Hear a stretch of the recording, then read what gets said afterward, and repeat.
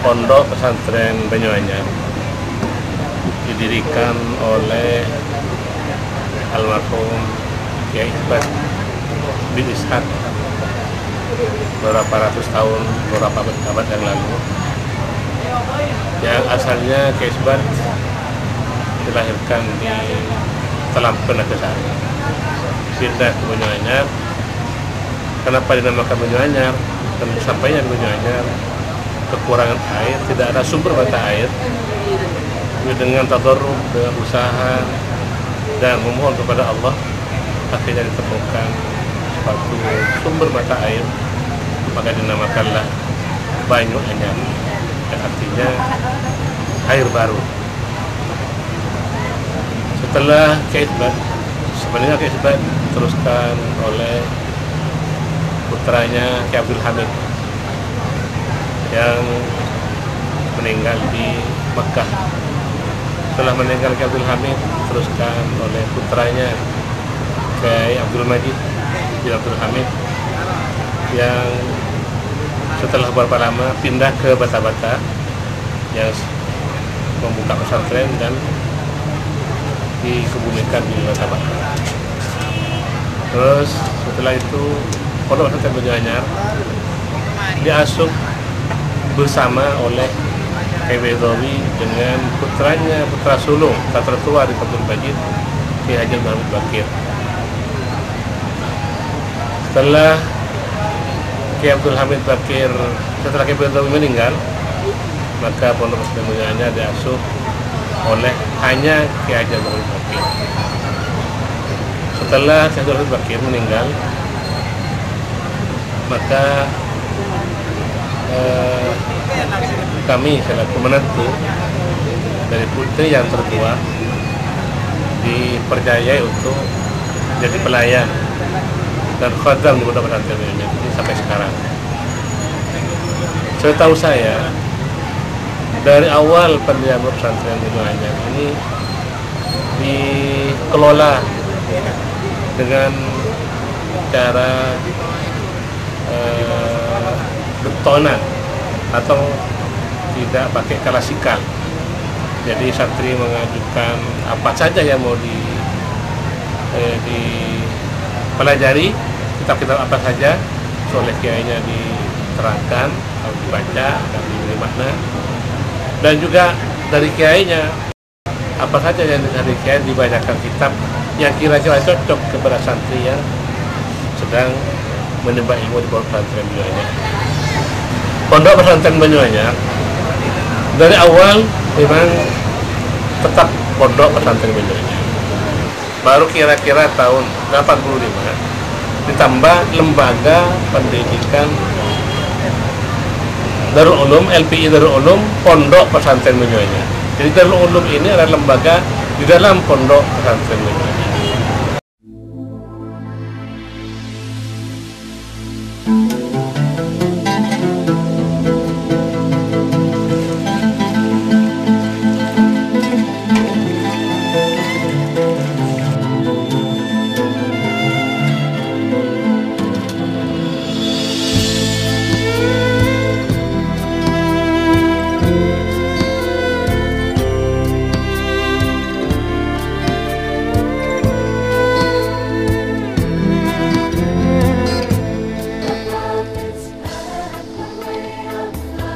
Fasilitas dan sarana pendidikan di Pondok Pesantren Banyuanyar dari masa ke masa terus mengalami perkembangan dan pembenahan.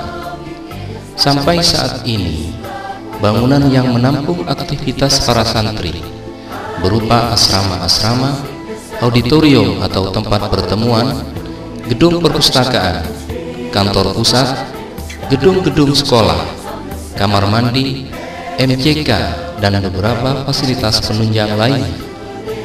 Namun, sarana tersebut sampai saat ini masih belum cukup untuk menyesuaikan diri dengan jumlah santri yang setiap tahun secara kuantitas terus mengalami peningkatan.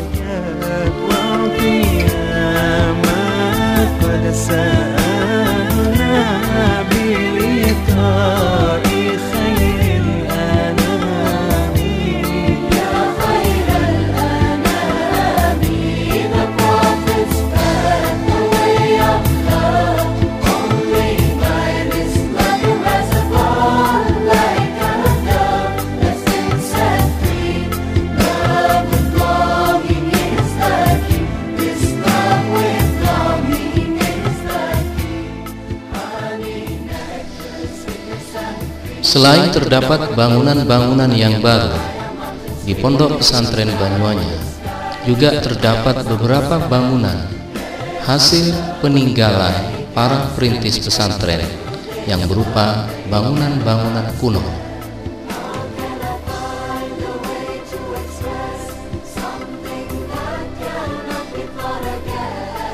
Di antara peninggalan-peninggalan tersebut, untuk menjaga nilai-nilai kesejarahan dan untuk dijadikan bahan pengingat bagi generasi muda, salah satu contohnya adalah Masjid Pesantren dan Pesarian Pesantren atau yang kita kenal dengan istilah Congkok Banyuwangi.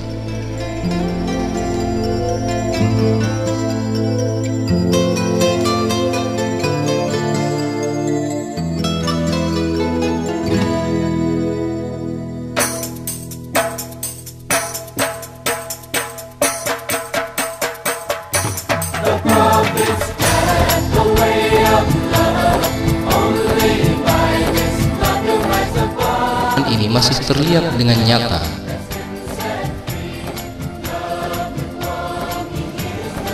Di tembok masjid sebelah kanan terdapat moto pesantren yang dipegang teguh sampai akhir masa. Dalam bahasa Madura, tada kepungaan angin ilmu semanfaat sareng takok deka Allah karena kebanikah setetika ontongan ban kemuliaan dunia akhirat. Moto ini akan selalu terpatri dalam dada setiap alumni Pondok Pesantren Banyuwangi.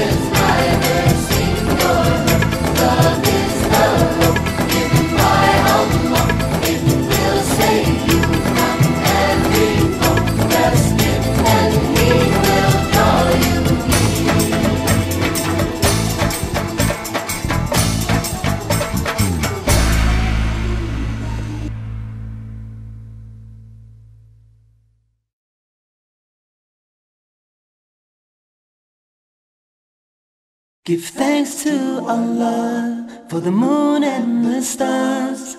Praise Him all day for what is and what was. Take hold of your iman. Koperasi Pondok Pesantren mengajarkan kepada para santri bagaimana mengelola sebuah tanggung jawab ekonomi yang mengasah keterampilan mereka dari berbagai sisi kehidupan.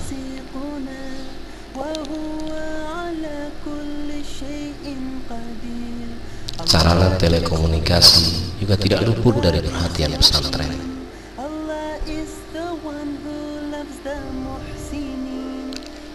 Aktivitas kepesantrenan sebagai harmoni yang memadukan unsur agama dan dinamika kehidupan sosial diikuti oleh semua santri sesuai dengan tingkatan mereka. Denyut kehidupan para santri dalam mengisi aktivitas keseharian mereka diawali ketika seluruh santri diwajibkan mengaji Al-Quran setelah dilaksanakannya sholat subuh berjamaah di masjid pesantren.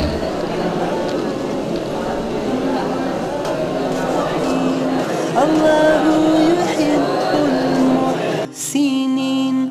خالقنا هو رازقنا وهو على كل شيء. Setelah itu, mereka bisa mengisinya dengan berbagai kegiatan lain sesuai dengan apa yang mereka kehendaki, mulai dari membaca koran dan majalah, ataupun mengisi dengan kegiatan-kegiatan kecil seperti olahraga dan lain sebagainya sebelum mereka berangkat ke sekolah.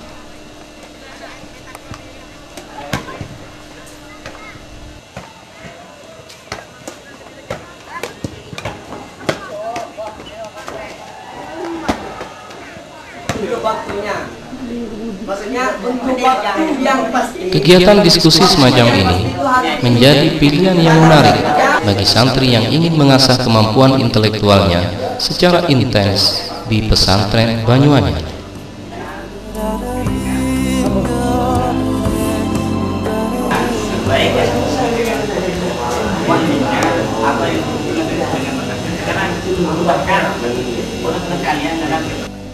Berbagai prestasi telah diraih oleh pesantren Banyuwangi, mulai dari tingkat internasional sampai tingkat nasional, terutama dalam bidang tahfidzil Quran.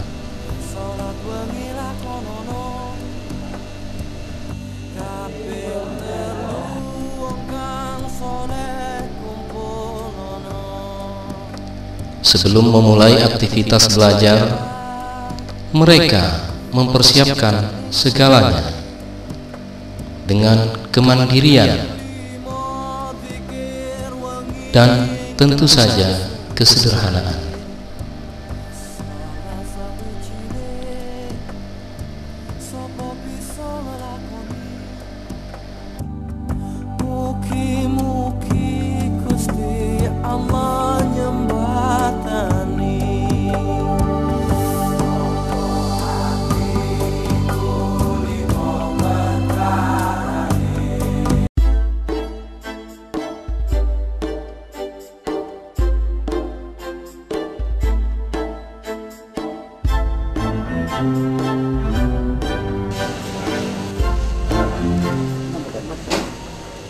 Di pagi yang cerah ketika matahari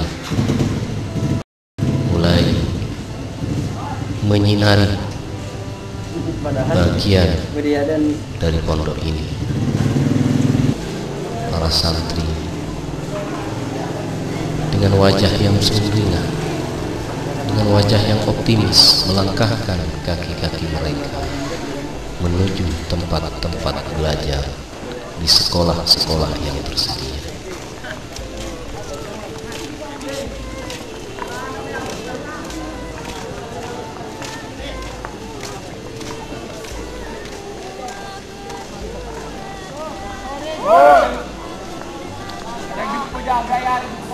Pendidikan formal, walaupun baru berdiri pada tahun 1970, di pesantren ini secara resmi pengakuan dari Departemen Agama Kabupaten Pamekasan berupa izin operasional yang diberikan kepada Lembaga Pendidikan Darul Ulum Banyuwangi untuk mengelola pendidikannya sesuai dengan nafas dan jiwa kepesantrenan. Dan seiring dengan perkembangan waktu,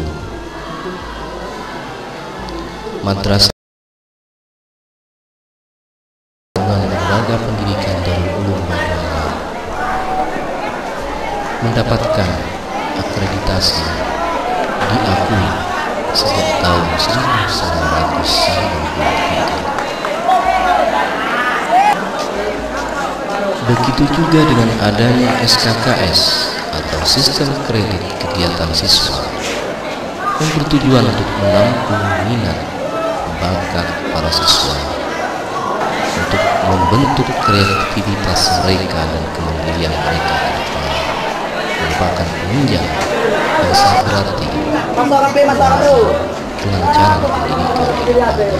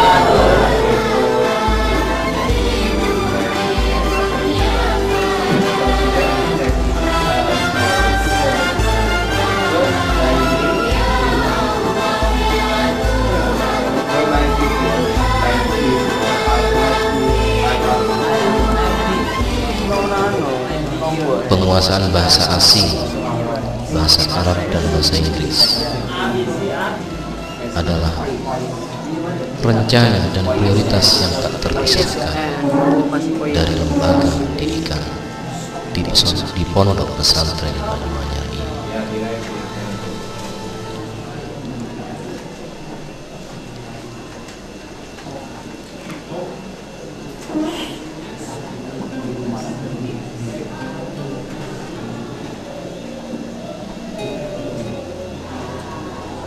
Sarana dan prasarana selalu ditingkatkan.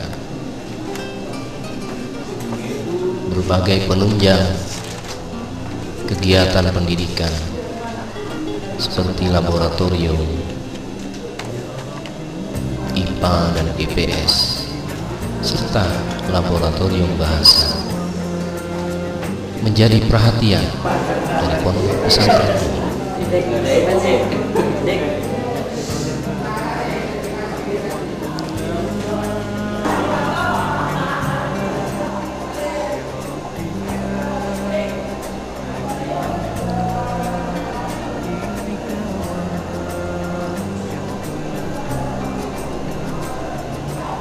Arus informasi di tengah dunia yang semakin mengglobal juga tidak luput menjadi perhatian dari pesantren Banyuanyar yang ingin menjadikan integrasi antara ilmu-ilmu agama dan ilmu-ilmu umum menyatu dalam kehidupan para santri.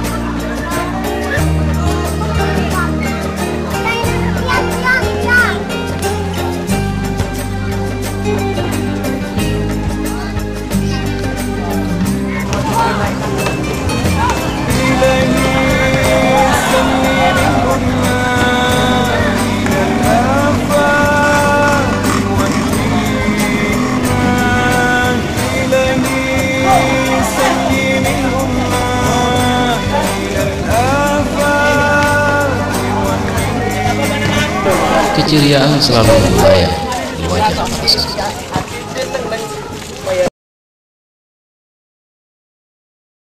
Mereka pulang dari sekolah. Ada tuntaran tetesan ya. Tetesan.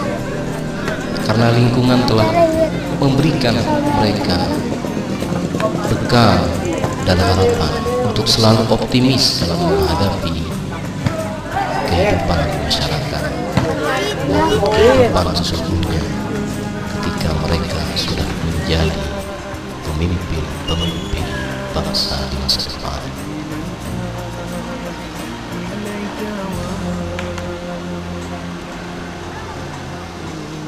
tidak berlebihan kiranya jika mereka menaruh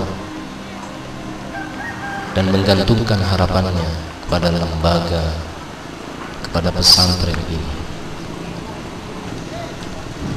Sebagai alumni Pondok Pesantren Darul Ulum Banyuanyar, terasa begitu banyak persoalan-persoalan yang dihadapi, utamanya di era yang sudah begitu mengglobal, sehingga peran dan kontribusi pondok pesantren sangat dirasa begitu banyak, menyumbangkan pengalaman-pengalaman berharga pada santrinya, dan hal itu dapat dirasa setelah berkiprah di tengah-tengah masyarakat. Jadi sudah sewajarnya sebagai alumni seharusnya memberikan kontribusi terbaiknya kepada masyarakat sebagai perwujudan dan harapan pesantren itu sendiri. Demikian halnya dengan aktivitas di malam hari.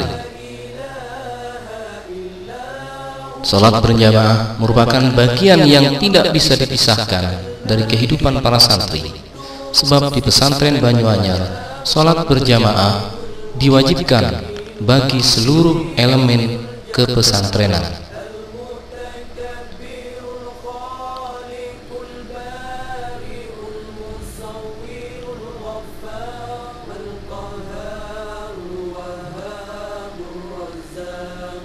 Salat berjamaah merupakan agenda kegiatan wajib bagi para santri di pesantren ini.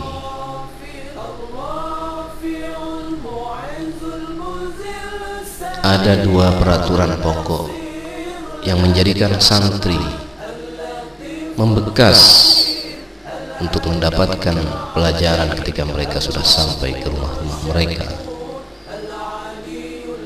yaitu salat berjamaah dan larangan untuk tidak merokok.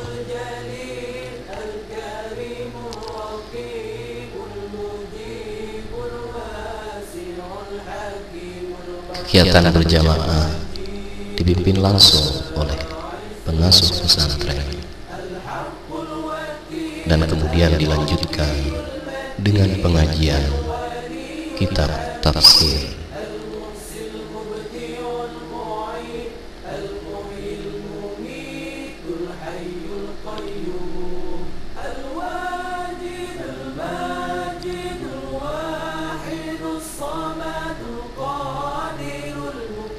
Bangunan tua ini menjadi saksi sejarah betapa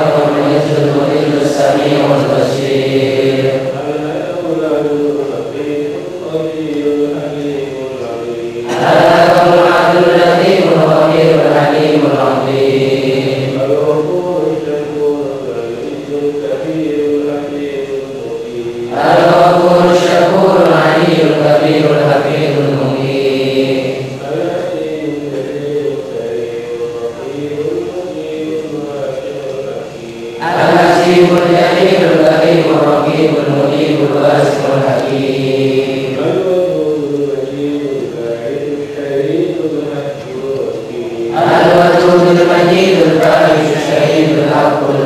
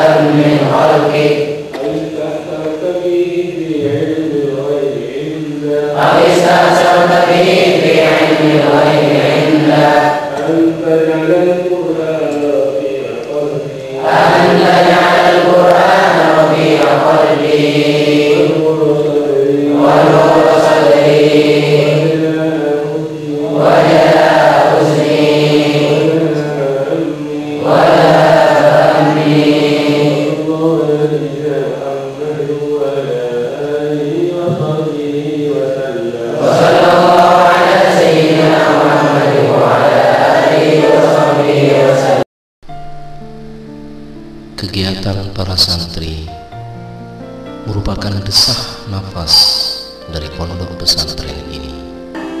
Beragam kegiatan dan seremonial mereka lakukan untuk mengasah jiwa dan fisik mereka.